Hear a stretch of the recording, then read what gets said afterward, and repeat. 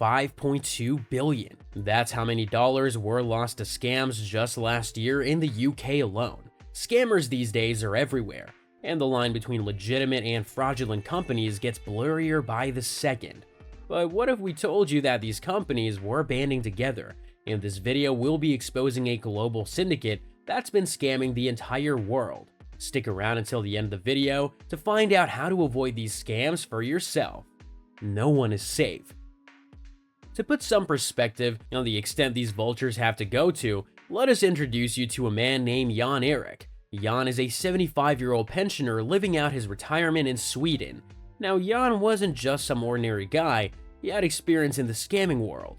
He had already been scammed out of $10,000 in crypto, so he'd had some experience with these vultures. But that didn't bother Solo Capitals. I missed the part where that's my problem. A cryptocurrency trading firm based in Georgia. Solo Capitals promised Jan the opportunity to recover all his losses through a special software. All he'd have to do is pay 250 euros and provide his card details.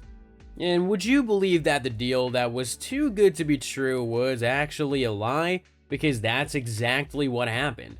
And it was all caught on tape. Not for documentation, but for inspiration. While other companies would hide this blatantly illegal piece of work to avoid legal troubles, Solo Capitals used it as training supplements for new hires. Absolutely slimy business practices. But what's worse is, they're not the only ones operating like this. Milton Group.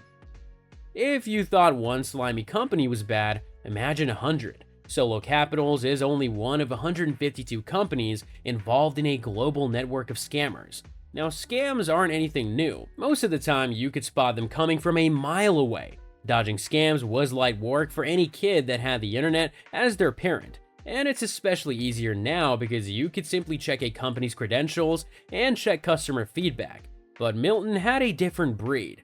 The reason why Milton Group was so scary was because some of its brands spent bank on looking legitimate. These companies employed major ads in newspapers, and even investing in sponsorships are just some ways that these companies attracted victims. Scam businesses like this hold their operations in call centers, scam farms that call their victims and pester them as much as possible. And these call centers aren't the sketchy workplaces you'd think they are either. They have their own HR department, monthly targets, and even employee bonuses and paid leaves. In other words, they're treated better than Amazon workers. These types of companies prey on their victims so easily because most of the time, their victims come to them. Their leads start with a simple ad on social media, and once they hook a victim, they go in for the kill. What's worse is that these scammers are professional predators, taking note of your weaknesses, your income, and taking note of all the things that make you tick. They do all of this with a cheery hop to their voice. So without further ado, here are the ways these vultures pick you out. How to spot a victim. During training, scammers are usually given a list of qualities to look out for when picking out a target. First and foremost, the victim must have access to money and have a large enough savings pool to be interested in investing in high-risk schemes. But savings and buying capabilities aside, the biggest sign of blood in the water is loneliness. This made the pandemic a hotbed for scamming activity, helped by the loneliness of lockdown. Most scam artists would get close to their victims by acting like their friend, checking up on them on a personal level until they could get the crumbs of information they needed. This closeness with the victims left them vulnerable to suggestion, and once they gain your trust by making all sorts of promises, then they reel you in. The scam. So you're on the hook, what's next? Well, the agent that signs you on to a Milton Group company would do one of two things. The first they do is connect you to a regulated or unregulated company and tell you to invest your money there. These companies involve high-risk investments that are worse than lighting your cash on fire.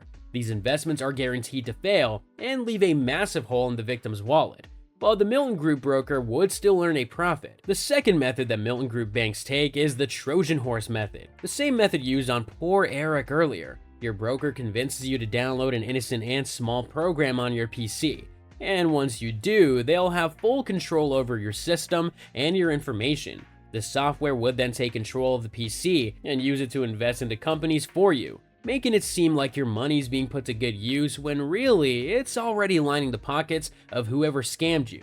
Following this, the BBC conducted an investigation regarding these transactions and set up their own sting operation. This led to the BBC finding out that once these companies have your money, they'll relay the money through different channels and companies. A common practice for shifty companies that want to make the process of getting your money back even harder. And to make matters worse, most of the time with scams like these, the victims have a short time of being completely oblivious to the scam.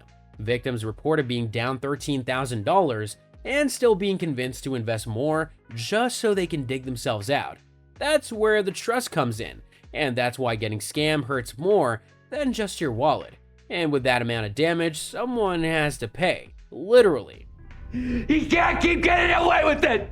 Picking up the breadcrumbs, these series of global scams were starting to get more and more daring, and someone eventually had to step in. That someone is BBC News. God bless journalists. BBC News took the time to examine all the public documents of companies under Milton Group until they found 5 names. These 5 names were consistently listed as high-ranking employees in several companies under Milton.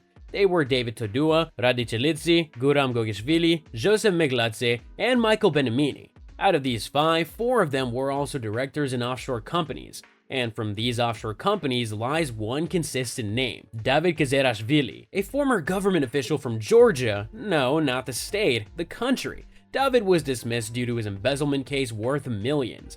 Now, this case would usually mean David was meant to do time behind bars, but his was a different case. By the time David was meant to be incarcerated, he was living in the UK. The UK then promptly turned down Georgia's request to extradite him to do time. Why? Who knows?